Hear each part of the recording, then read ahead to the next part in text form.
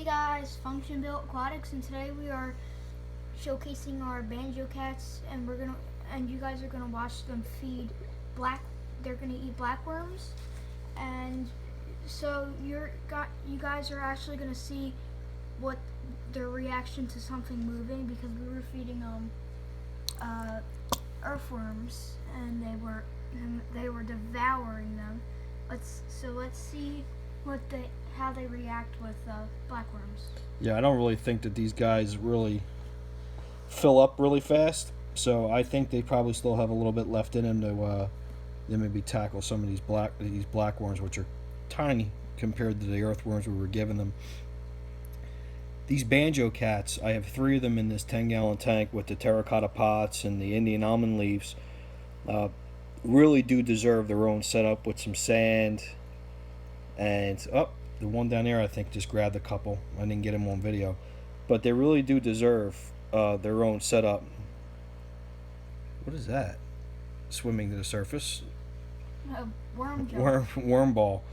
So to make a long story short, I plan on setting these guys up a tank with maybe spotted Raphaels, bristlenose cat, but nothing that's free swimming that'll compete with these guys for food, right? Back down. Yeah, it's moving. It's like a worm ball.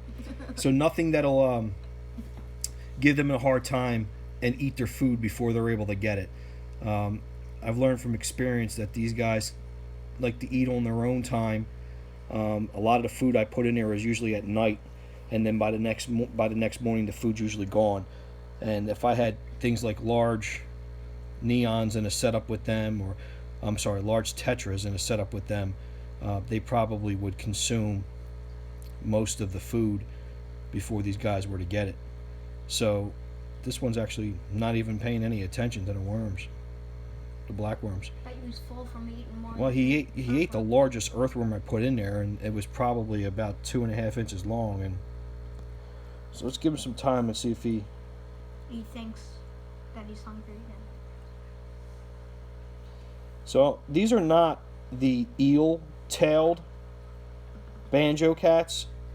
These are just the regular Banjo cats. But I've actually did some research and found that there's a nice group of these type of Banjos in existence, and one of them is called the eel-tailed, and I'm probably going to look to get some of those guys too and put them in there with these Banjos. And if anybody watching this video has had an experience in keeping eel-tailed Banjos or any of the other Banjos other than the more common species here, I would really be interested in hearing from you. And if you know anybody that actually works with these fish that has really good quality eel-tailed Banjos or anything similar, let me know, because I'd like to try to buy a small group. Now, one thing I know about these Banjo cats is you probably are just gonna wait for them, like in the afternoon. You're probably just gonna want to feed them, but that's actually not true. You should actually feed them at night. Like sometimes me and my dad go down at 8-9 o'clock and feed them before we go up to bed. Yeah. So they don't really like to eat in the afternoon. They're nocturnal, so yeah, during the day. That's one thing that you guys gotta notice. Yeah, during the day these guys are pretty inactive. And the only reason why I'm actually feeding this one is because he was hidden, and once I threw the worms in the tank, he came out of his hiding spot to sniff them out, the earthworms, that is. So I figured that was a good opportunity to feed him, and he actually ate during the day. But we've had these fish for almost 2.5 weeks, and we did not once see them eat in front of us.